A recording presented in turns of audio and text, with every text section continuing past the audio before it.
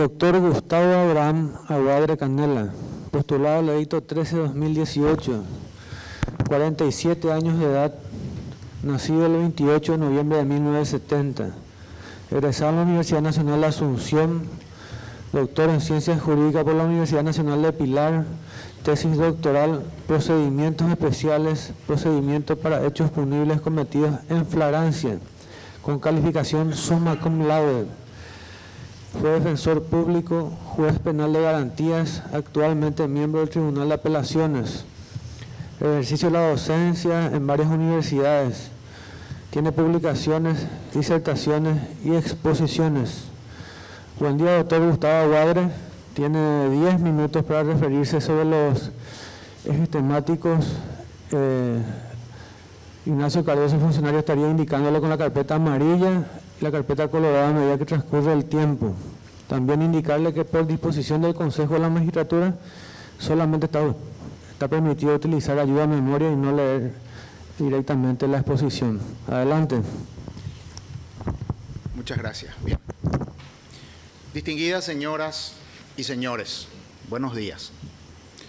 Me presento hoy a objeto de exteriorizar las razones que me animan para ocupar un lugar en la Corte Suprema de Justicia. Y debo confesar algo, que habiéndolo hecho ya en el 2010, hace 8 años, no he visto que se han hecho operativos mis ambiciones y mis creencias. Dando cumplimiento a lo que fue estipulado reglamentariamente por el Consejo, paso a desarrollarlo como sigo. El rol del Poder Judicial en un Estado de Derecho.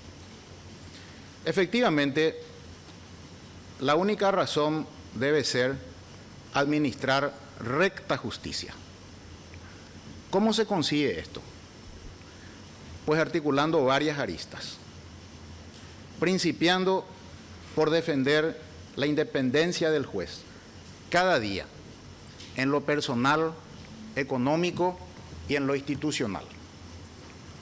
Y entendiendo de una vez por todas que la independencia no es un fin, sino un medio para poder concretizar y garantizar la vigencia del Estado de Derecho. Mismo que por definición, además de tener leyes escritas e instituciones organizadas de conformidad a la Constitución, exige para todos sus funcionarios el sometimiento estricto a la norma jurídica. Para su logro es imprescindible ejercer el gobierno judicial sobre la base de los siguientes ejes: conducción, planificación y dirección estratégica, mismos que los iré señalando en el discurso. En cuanto a mi percepción acerca de la administración de justicia, soy juez hace 18 años y desde antes de serlo vengo escuchando las mismas críticas, dudas, mora, calidad de las sentencias, corrupción, últimamente los audios, además de la siempre presente realidad de los presos sin condena. Y como no podía ser de otra forma, como la justicia se muestra débil ante el poderoso. Estas también son mis críticas. Vengo hoy a presentar propuestas realizables, todas en un periodo de gestión, a fin de mejorar esta suerte de diagnóstico. Primero, traer claridad. Cuando la Corte se pronuncie sobre casos de corrupción pública o de gran interés o repercusión social, así como cuando realiza la designación o confirmación de magistrados, fiscales, defensores, síndicos, haciendo públicas todas estas sesiones. Esto necesariamente despejará las dudas. Segundo, auditar regularmente, cada 9 meses, juzgados y tribunales, y donde exista necesidad, cada 6 o 3 meses. Ello a fin de poder conocer las razones de los problemas y de esta manera poder brindar efectiva solución en recursos humanos, infraestructuras, materiales o capacitación. Ello permitirá combatir la mora, las chicanas y necesariamente habrán de elevarse la calidad de los fallos.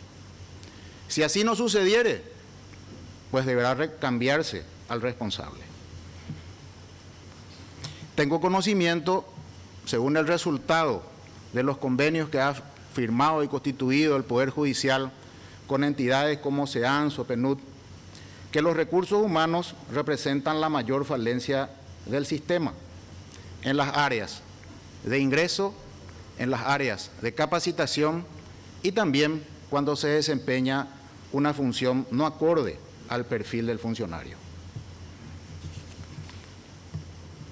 Tercero, en cuanto a la corrupción, y con el fin de combatirla frontalmente, propongo la utilización regular del polígrafo para todos los funcionarios que realicen tareas y funciones sensibles, para directores y jefes de área en parte administrativa y por supuesto a los jueces en función jurisdiccional, posibilitando que en un periodo puedan someterse 2 o 3 veces al examen de poligrafía.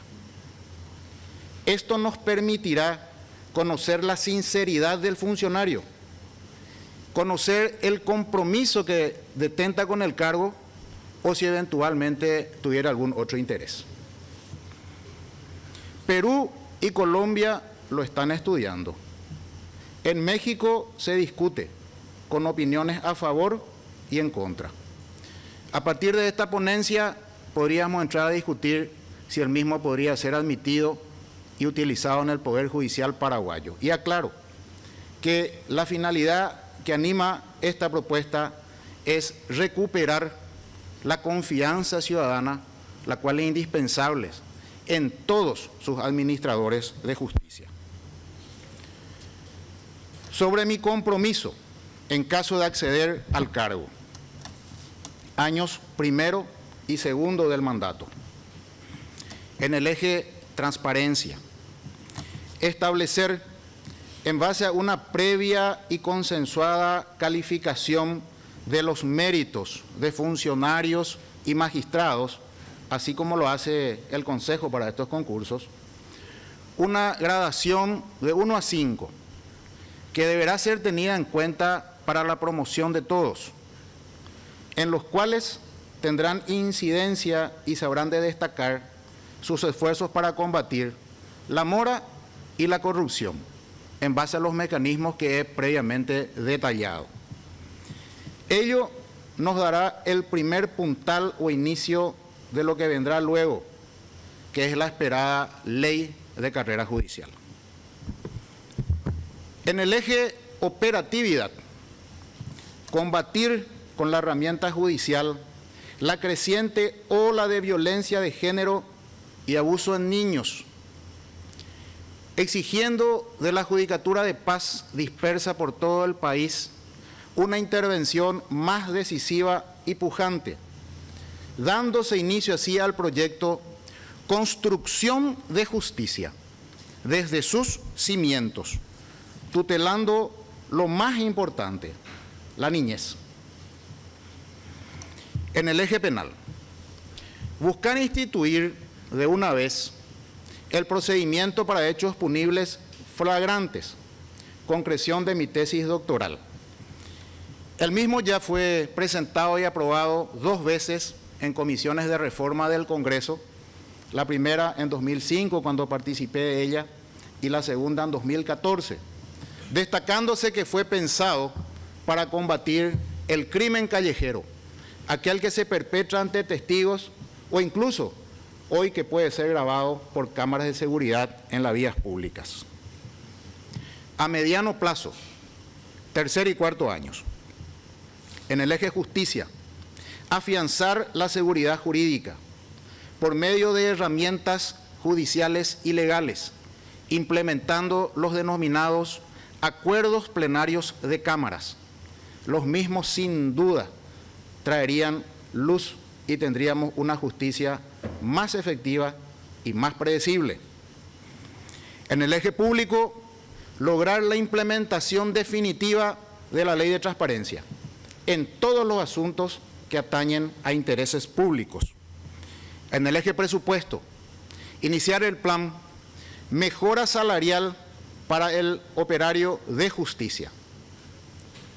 Para ello no será necesario aumentar el presupuesto, sino lograr una mejor redistribución del mismo. Honestamente les confieso, yo no puedo creer que un director o gerente del Poder Judicial esté ganando más que un juez. Esa es una situación que se debe corregir. A largo plazo, en el 5º año, lucharé a fin de lograr la creación del fuero ambiental. Tenemos resultados palpables a la vista. Nuestro hábitat se encuentra en un franco y progresivo deterioro. En verdad, no es mi intención dejarlo así. Y lo considero además una obligación con las futuras generaciones. Finalmente, en el eje de derechos humanos, habré de luchar siempre por erradicar la discriminación, por género, partido político, orientación de cualquier naturaleza, todo de conformidad al postulado de la dignidad de la persona humana.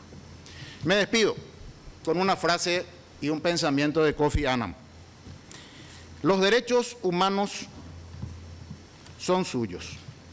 Tómenlos, defiéndanlos, promuévanlos, nútranlos y enriquezcanlos. Son lo mejor de nosotros. Démosle vida. Muchas gracias, presidente. Muchas gracias, doctor. Tiene la palabra la miembro del Tribunal de Honor, la doctora Amparo Samaniego Viva Pacielo. Muy buen día, doctora. En base a lo expuesto por usted, veo que hay dos temas en los que usted se está comprometiendo, y uno de ellos es el fuero ambiental, que veo que es también de su especialidad por las exposiciones que había leído acá. En alguna medida. Bueno, ¿cómo piensa usted cumplir ese compromiso en el 5º? Porque lo puso ya casi al final del periodo. Eso es uno. Y después lo otro que le voy a preguntar, porque usted conoce la Judicatura de Paz por haber estado cerca de los jueces de paz y por decir aquí en este momento que no se cumple lo suficientemente, y quisiera preguntarle algo sobre eso. Van a hacer dos preguntas, doctor. Con mucho gusto, doctora. Bueno, en cuanto a la jurisdicción ambiental, efectivamente, en lo poco que he recorrido fuera de las fronteras, he visto que la justicia ambiental no puede tener un único paradigma, que es la sanción, sino que el paradigma actualmente está dado en la recomposición del medio. Y tal vez no debieran ser solo abogados los jueces que se circunscriban a las competencias del fuero ambiental, biólogos, especialistas en la vida, en todas sus perspectivas, sea acuática, aérea, terrestre, de los seres con quienes compartimos nuestra biosfera. Entendida la justicia ambiental como se piensa fuera, reitero, de lo que es netamente el castigo por la destrucción del medio, la etapa de la composición del ambiente, que es uno de los postulados también que orienta la Constitución Nacional, que luego de determinar a la ley, que va a ser la que va a definir el delito ambiental, nos habla de que se tendrá en cuenta la recomposición del ambiente. Por eso estimo que actualmente los conocimientos que se imparten a través de las magistraturas en materia civil y penal no resultarán sustantivamente para las próximas aventuras, las próximas generaciones nuestras, porque el proceso de deforestación que se puede apreciar en fotografías satelitales de lo que era el Paraguay nada más que hace 30 años, nos deja perplejos Y cuando vamos a foros internacionales, que usted lo citó, la carta de presentación siempre es cómo no tiene en el Paraguay una justicia ambiental, un juez del ambiente, un juez que pueda parar, si es necesario, la construcción de algún empréstito, si es que no se cuenta con una garantía de la no afectación del ambiente. Es decir, la recomposición del ambiente, postulado constitucional, y además el principio precautorio, que exige al magistrado anticipar, y no se pueden habilitar obras humanas, empréstitos, sobre texto de que van a traer desarrollo económico si previamente no se garantiza la idoneidad absoluta de que la degradación ambiental no vaya a ser recompuesta finalmente por el que la agrede. Eso es en cuanto a la primera pregunta. En cuanto a la segunda, como usted lo ha dicho, hemos visto un crecimiento importantísimo en lo que son las judicaturas de paz. Excelentes personas, excelentes profesionales, y sería basarnos en ellos como primer eslabón en la cadena de justicia, a los efectos de que no solamente con charlas de capacitación, sino aprovechando la residencia en los lugares donde están las cabeceras de los juzgados de paz, que puedan tener una intervención más decisiva respecto a los dos puntos citados, que en mi experiencia son los que están teniendo una oleada casi incontenible: la violencia de género y el abuso de niños. Pensando que, reitero, ese primer eslabón es indispensable a los efectos de poder contener y tratar de que esta ola creciente decrezca.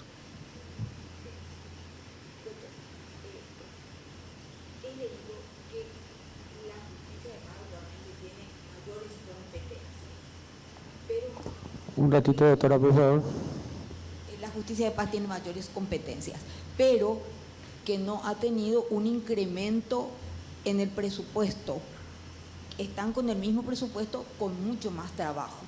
Entonces, si bien usted dice que hay que distribuir mejor el presupuesto, yo no sé si en el primer año eso se podrá hacer.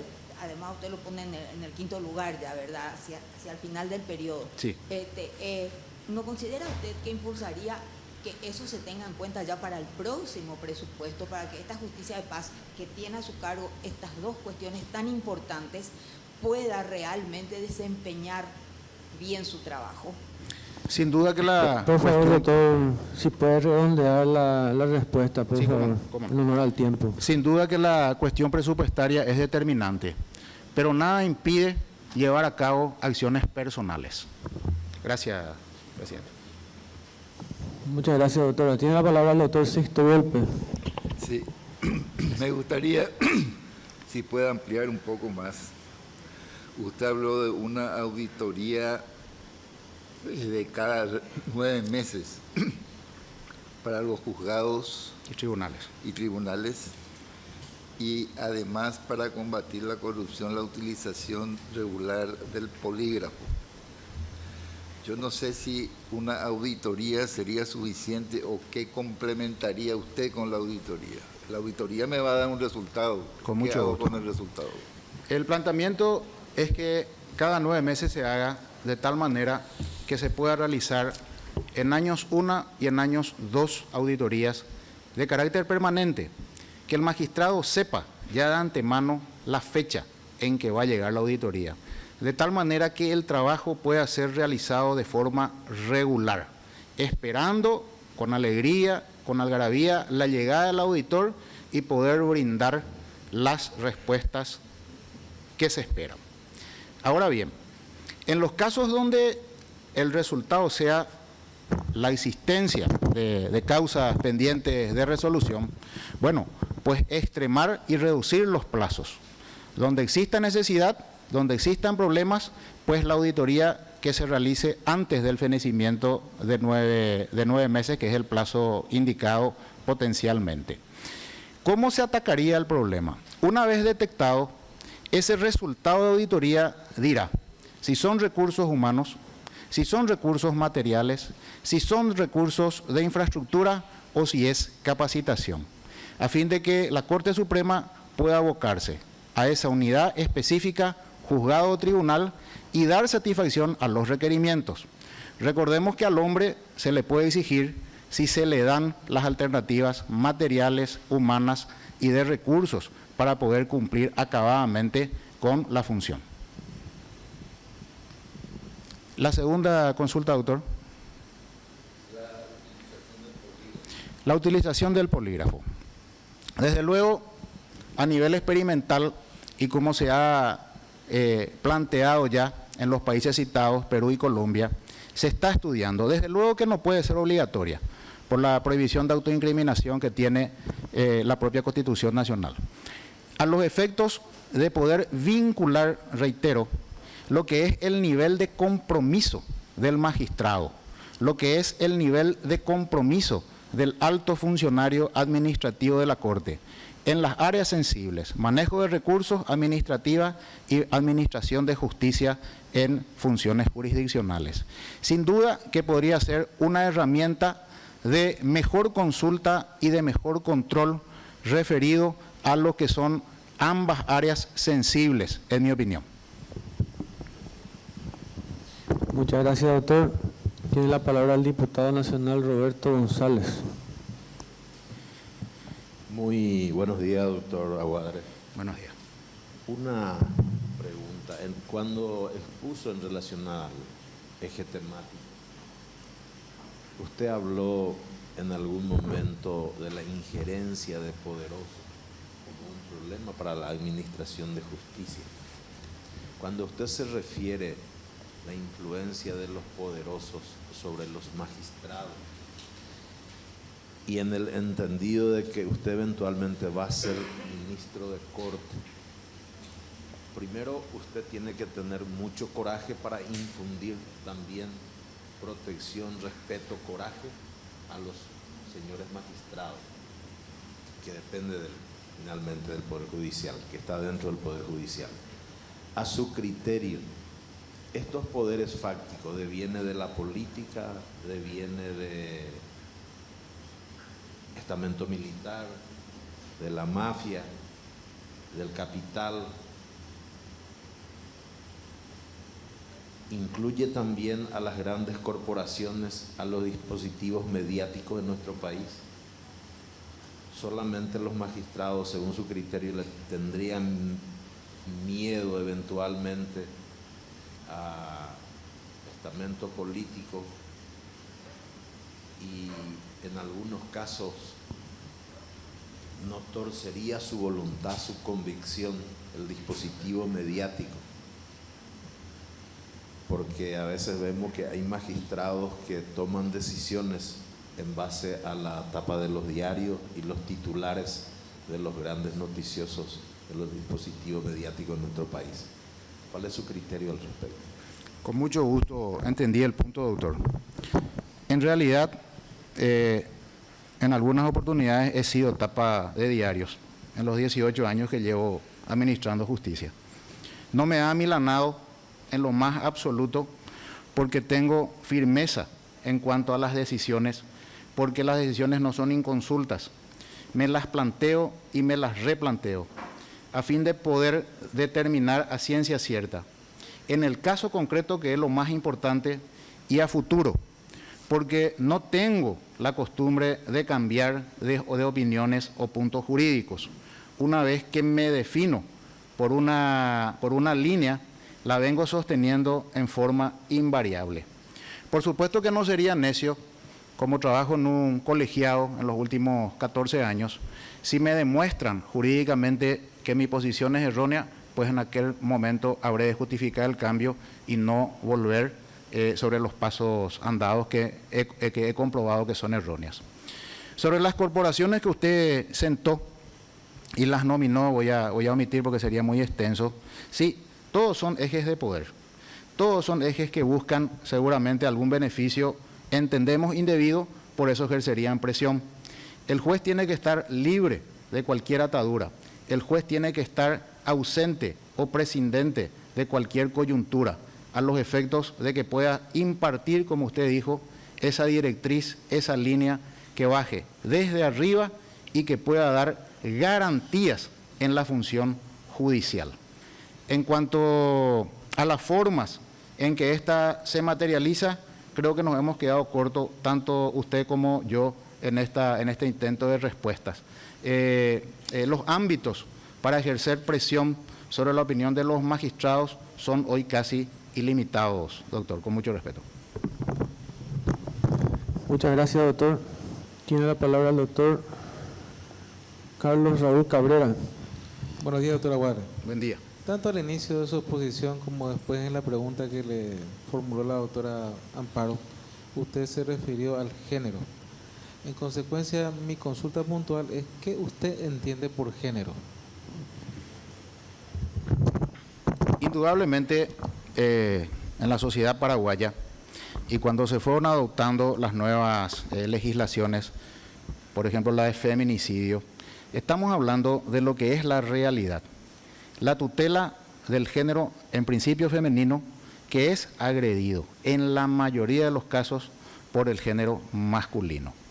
En el tribunal donde me desempeño, hemos notado, pero un notable auge de los casos que se inician con denuncias, imputaciones del Ministerio Público, medidas cautelares, que las revisamos casi cada semana en el concierto de lo que son la violencia intrafamiliar, de la cual resulta víctima, por no decir la totalidad, en la gran mayoría de los casos, la mujer conviviente o la mujer esposa. Fundamentalmente a eso me refería, doctor, combatir ese tipo de violencia de género que en nuestro aspecto social es el que está teniendo un auge marcadísimo en los últimos años. ¿Ese género que usted está mencionando es hombre, mujer? Sí, señor. Correcto. Sí, señor. Gracias. Muchas gracias, doctor. Tiene la palabra el doctor Cristian Kriskovic. Buen día, doctor. Dos consultas. Una referida a este proyecto que algo comentó sobre procedimiento especial para casos de flagrancia. ¿De qué manera va a tener incidencia esta reforma de concretarse en la celeridad de los procesos? Esa es la primera pregunta. Y la segunda referida a los juzgados de paz, que usted habló de potenciarlos como constructores de justicia en un peldaño inicial. Sí. Sin embargo, la Corte Suprema de Justicia es la principal crítica de esta ley que amplió las funciones de los juzgados de paz. ¿Qué opinión tiene al respecto de esas críticas de la Corte a la ampliación de las funciones y competencias de los juzgados de paz? Voy a empezar por la segunda, doctor. La Corte es rectora del sistema de administración de justicia. La Corte es el eco de repercusión, generalmente de lo malo, porque lo bueno todos se olvidan, y también sería, creo que, impropio entrar a felicitar sobre lo bueno, porque lo bueno es lo que se espera, lo bueno debería ser lo natural. Estimo que las razones son de índole presupuestaria. La ley entró en vigencia hace muy poco tiempo. La preparación del presupuesto no se hace en semanas ni en pocos meses, sino que debe responder a un mecanismo de planificación. Esa es mi opinión con respecto a la misma. En cuanto al procedimiento para hechos flagrantes y el problema de la mora, pues estaríamos ante el paradigma de que no habría proceso. En el planteamiento normativo que se ha tratado, reitero, 2 veces y aprobado 2 veces, y he visto con beneplácito que se ha incorporado una persona más con el fin de poder darle las puntadas finales, me estoy refiriendo al doctor Ebro Velar, de fin de darle las puntadas finales al excelente trabajo que se ha desarrollado a partir del año 2014 hasta 2016, cuando ha culminado el trabajo de esta comisión integrada por los 3 poderes del Estado. Vuelve nuevamente a tener el auge que esperamos el proyecto que fue la concreción de mi estudio, de mi trabajo de tesis. Estaríamos hablando de que, accionado el gatillo disparador por parte del Ministerio Público y resuelto en calidad de flagrante el encauzamiento procedimental, pues estaríamos ante la opción de poder dictar sentencia en el día o al día siguiente, a lo sumo en 5 días. toda vez, reitero, que la contundencia y la fuerza de la flagrancia estén patentes y estén presentes.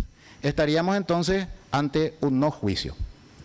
Por supuesto que el derecho a la defensa de raíz constitucional no puede resultar cercenado. Si no se aviene en las primeras horas de actuación a la magnitud de lo que podría representar la flagrancia, se habilita directamente la instancia del juicio oral y público. En caso de delitos, con la intervención de un magistrado de sentencia, y en los casos de crímenes, con un colegiado de sentencia.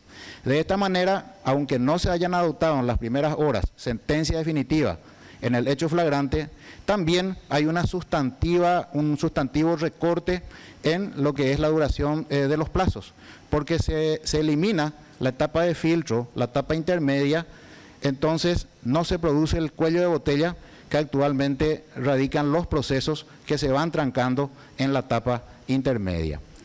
Reitero, de no adoptarse sentencia definitiva en las primeras instancias procedimentales en lo que es la definición de la flagrancia, la contundencia que la misma representa, igual representa una sustantividad en el recorte de duración de plazos en cuanto hace a la llegada al juicio oral y la justa definición del conflicto.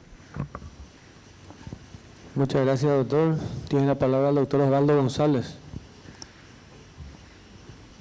Buen día, doctor. Buen día. Una consulta. Usted está en una circunscripción en el interior de la República. Sí, señor. ¿Qué puede decir en relación a al presupuesto que actualmente tiene el Poder Judicial en cuanto a su influencia, en particular en lo que siempre se está hablando en materia de mora? A ver si comprendí, doctor. El presupuesto del Poder Judicial, sí, y la mora. Y su influencia en la mora judicial, si esa es causal también o se debe exclusivamente a factores humanos. Nosotros tenemos en la circunscripción cubiertas las necesidades básicas, edilicias, de infraestructura y de recursos humanos. Ahora, la mora, a mi entender, es una cuestión personal. Y hay un único secreto, doctor, para no incurrir en mora, que es ponerse a trabajar. Realizar las tareas que por asignación, por sorteos aleatorios, le vayan correspondiendo. Tengo con orgullo, no sé si será el estadio procesal para exhibirlo, pero tengo con orgullo la presentación de mi informe en el mes de septiembre a la Corte Suprema de Justicia, donde tengo 0% de mora. Pero eso no es del mes de septiembre, es del mes de febrero, marzo, abril, mayo, junio y así hasta llegar hasta septiembre. Cada mes yo tengo 0% de mora, 0% de expedientes en mi poder. Puede ser dentro de la primera quincena o la segunda quincena. Y como le reitero, el único secreto es ponerse las pilas, resolver, ponerse a trabajar.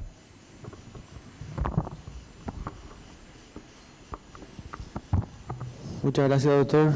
Tenemos una consulta de auditorio, doctor Aguadre. El artículo 254 de la Constitución Nacional establece que los magistrados no pueden ejercer otro cargo público o privado salvo la docencia a tiempo parcial. ¿Cuál es su opinión sobre la constitucionalidad de las asociaciones de jueces y agentes fiscales? Respecto a la primera, entiendo que son dos. Respecto a la primera, la docencia es una pregunta. Es una pregunta. Que tiene un encabezado. Correcto. Habla del artículo 254 de la Constitución. Ah, perfecto. Y Comprendí. la pregunta concreta es su opinión sobre la constitucionalidad de las asociaciones de jueces y agentes fiscales. Bueno, en principio, el derecho de asociación también es un derecho constitucional. Lo que no puede ser una persona es obligado a pertenecer a una nucleación, a una asociación. Las asociaciones de magistrados, a mi modesto entender, cumplen un rol. Ese rol es la voz de la nucleación a la cual están representando. Los magistrados no podemos hacer huelga. Las asociaciones, en consecuencia, son portavoces de nuestras necesidades, tanto ante la Corte Suprema de Justicia como ante el Poder Legislativo en cuestiones salariales y presupuestarias. Imagínense, doctor, que cada magistrado fuera a la Corte con sus cuestionamientos o al Poder Legislativo para solicitar aprobaciones presupuestarias. Entiendo que por ahí se orienta la utilidad que tienen las asociaciones. Y reitero, el asociacionismo en nuestro país es libre. Muchas gracias, doctor. Con esto damos por finalizada su exposición.